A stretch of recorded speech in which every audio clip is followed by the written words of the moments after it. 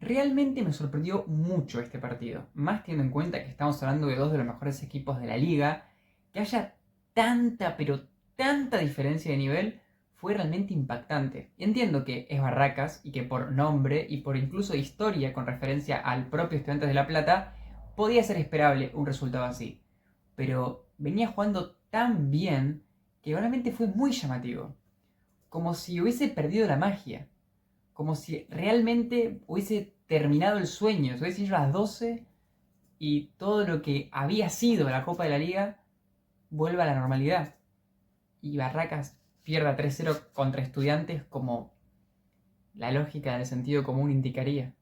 El primer mérito que hay que recalcarle a Estudiantes es el hecho de haber tenido el dominio y la iniciativa y el daño a la defensa rival constante sin importar el resultado. Algo que es muy poco visto en el fútbol argentino, que por lo general las goleadas tienen un contexto más relacionado con aprovechar la ventaja, ser efectivo, jugar bien de contra, y no tanto, como pasa por ejemplo en algunas ligas europeas, de ser realmente aplastante. Quizás a veces pasa con River, a veces con Racing, pero al menos con Estudiantes no lo había visto. Pero este partido, la intensidad que mantuvieron, más que nada todo el primer tiempo, cómo dominaban el mediocampo, cómo recuperaban pelotas, cómo jugaban constantemente al ataque, fue realmente alucinante. Y Barracas nunca pudo contener.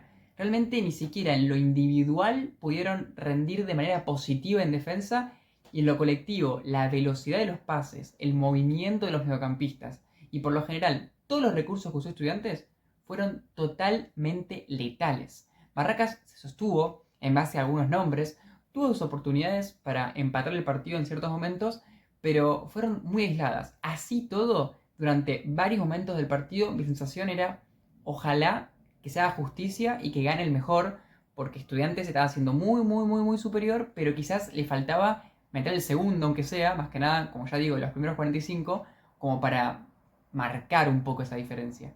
Pero fue tanta la diferencia, tanto en ese momento como después, que Barracas ni siquiera tenía oportunidades para poder ejercer esa injusticia del fútbol de toda la vida de, bueno, no lo liquidaste, yo te lo empato.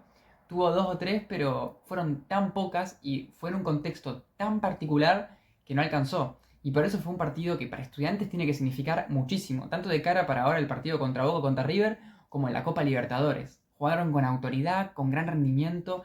Ahora vamos a ampliar y desmenuzar todo, pero quiero decir que es muy aplaudible el hecho de haber mantenido la intensidad. Cosa que en el segundo tiempo cambiaron y tiene sentido y me parece también inteligente, porque si vos seguís jugando el mismo juego que antes, pero con menos pulmones, te puede perjudicar, porque al estar presionando y adelantándote, y si lo haces de manera menos intensa, puede ser que no ejerza la misma presión, que el rival salga mejor y que por tanto presionaste y te puedes quedar mal parado.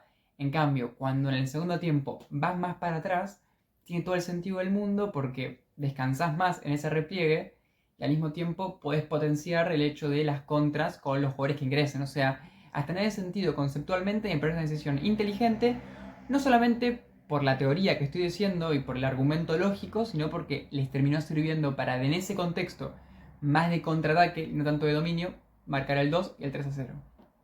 Pese a las críticas que voy a terminar ejerciendo sobre Barracas, quiero decir que se notó que fue un equipo interesante, que quizás si estaremos hablando de un partido de la fecha 3 o 4 o de la liga donde no importa tanto jugar de manera intensa o una derrota no es tan importante, pudiésemos haber mantenido un clima más de es un equipo que tiene sus armas, interesante, que demuestra que puede ser peligroso, pero que tuvo un mal partido.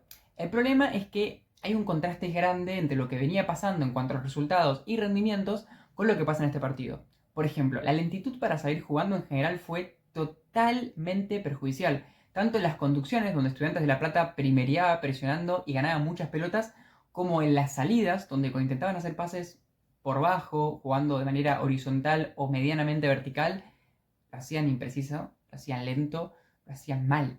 Y nuevamente, el rival les comía los talones continuamente, sin poder Barracas nunca ejercer un juego medianamente fluido, teniendo muy poco contacto Rosané con la pelota, muy poco contacto Herrera, y el que tenían tenía que ser en general forzado. Herrera para mí estuvo un poquito mejor, Rosané después tuvo un tiro al palo, un tiro libre cuando el partido estaba más adelantado, pero sacando destellos pequeños donde ambos demostraron lo que valen, y a eso iba con lo que decía de que es un equipo interesante. Ese doble 5 tiene talento, tiene potencial, lo mostraron en este partido, pero lo mostraron tan poco porque se vieron asfixiados que no alcanzó. Los dos extremos también mostraron su potencial.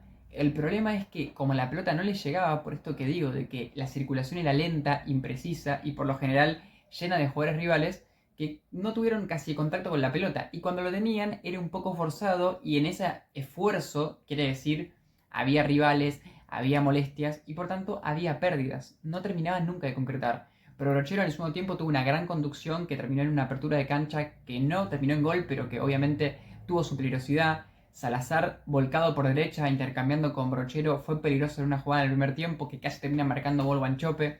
Ambos demostraron que logran en su individualidad, en su gambeta, ser interesantes. Pero no son jugadores que puedan generar juego desde atrás. Y tampoco se les ocurrió, o al menos si se les ocurrió fue poco, o al mismo tiempo en ese poco no funcionó, retroceder para que el equipo tenga un volumen en el que haya más personas para que la presión del rival no sea tan efectiva. Al final, no quiero reducirlo todo a lo matemático, pero tiene mucho que ver con eso.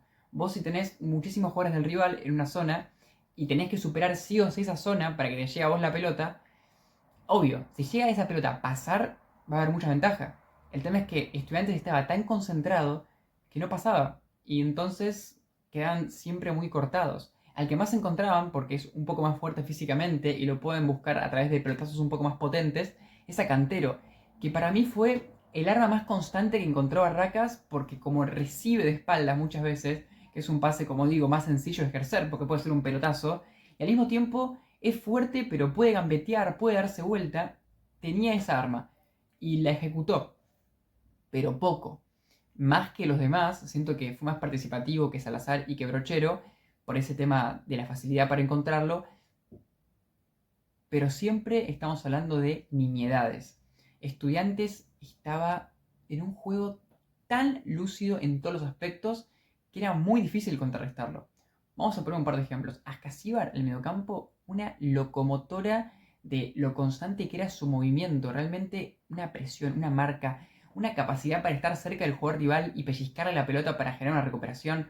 Suki en menor medida, pero también. Sosa más adelantado, presionando también. Siempre que había una jugada que presionaba a Estudiantes y que Barracas se veía forzado a reventar, aparecía o Lolo o Said Romero atrás ganando de cabeza contra Wanchope o contra Cantero o simplemente ganando la posesión, o aparecía algún mediocampista como Escasíbar, Suki, Sosa, o aparecía Benedetti, o aparecía Mancuso, bien ubicado para quedarse con esa pelota.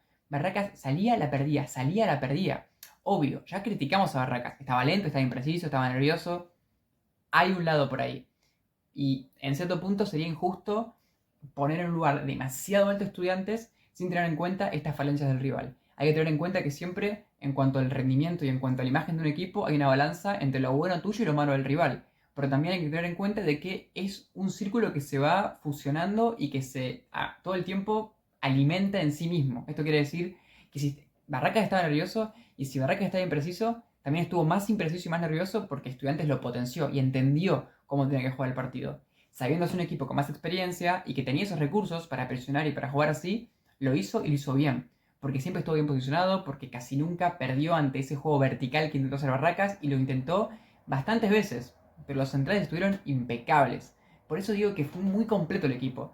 Carrillo, por ejemplo, fue el que menos participó, pero cada vez que lo buscaban por arriba, también ganando, a diferencia de lo que pasaba con Wanchope. Físicamente superior a ambos centrales, tanto Goñi como Capraro. Por otro lado, Palacios, súper movedizo, gambeteador, indescifrable, abriendo paso en las transiciones en el segundo tiempo para los goles, apareciendo en el primer tiempo también más atrasado, cosa que por ejemplo no hicieron, como ya dijimos, los dos extremos del rival, que es algo que a Estudiantes les sirvió mucho para encontrar pases interesantes. Mancuso por banda apareciendo, ayudando a desbordar. Benedetti en el segundo tiempo asistiendo o apareciendo en jugadas muy importantes cuando ya había pasado mucho tiempo y podría haber estado cansado.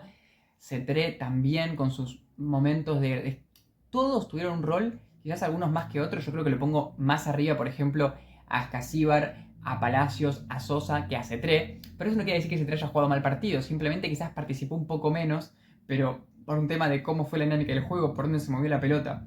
La idea general es un Estudiantes presionando, un Estudiantes hambriento. Y en esa hambre encontró esa desesperación por ganar que era desbordarlo continuamente, combinaciones rápidas.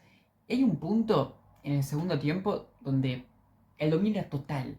Los pases empezaron a ser de primera, triangulaciones súper acertadas. Hay una jugada, creo que 3-4 minutos del segundo tiempo, donde hay una triangulación donde la velocidad a la que se mueve la pelota y la cantidad de gente que había en esa zona parecía el Arsenal de Wenger en sus mejores momentos o equipos grandes de la historia que tienen esas jugadas de highlight que capaz que le sale una vez y termina en gol. Cosas así, realmente aplaudible. Y me imagino que si hubiese sido en un estadio todos llenos de estudiantes, que igual había la mayoría de estudiantes, hubiese sido aplaudida aunque no termine en gol, que de hecho esa jugada no terminó en gol. Creo que hay un bache que es entre el minuto 9 y el minuto 16, o sea, entre la jugada que hay un tiro libre cerca del área que no termina muy peligroso, y la jugada del gol del 2-0 de Carrillo, que Estudiantes se encontró un poco más incómodo, seguía intentando presionar, pero no le funcionaba, estaba más impreciso, perdía más la pelota. Barracas se encontraba un poco más a Brochero y a Salazar, empezaba a tener más facilidad para salir Rosané, pero duró muy poco porque Estudiantes rápidamente en ese envioncito que tuvo Barracas lo abrochó con el 2-0 y ahí creo que termina de cerrar el partido. Como ya dijimos, después capaz que hubo alguna jugada más, pero ya fueron dentro de un 2-0 que daba la sensación de ser irremontable, aunque falte mucho.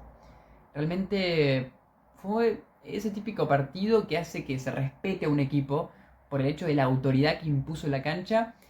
Incluso uno de los cambios y Correa termina marcando gol. Méndez, pobre, quizás en un momento de mala confianza, erra unas jugadas claras. Más que nada, bueno, la del gol que la erra y después en el rebote la mete Correa.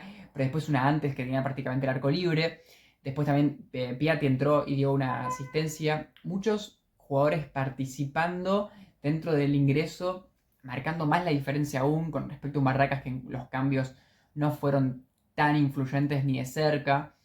Entonces, es difícil criticar alguna cosa. Yo lo que pondría en el foco de la crítica sería principalmente dentro del primer tiempo, donde fueron tan superiores, ese aspecto de quizás no haber podido tener ese orden extra para poner un 2-0.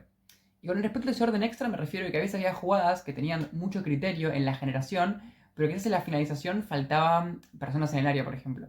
O quizás Carrillo no estaba del todo bien ubicado como para definir esas jugadas, o quizás en los controles dentro del área o en las decisiones que tomaban dentro del área, que ya es todo un mérito estar en el área, y encima como lo estaba Estudiantes, que era a través de pases, a través de jugadas interesantes.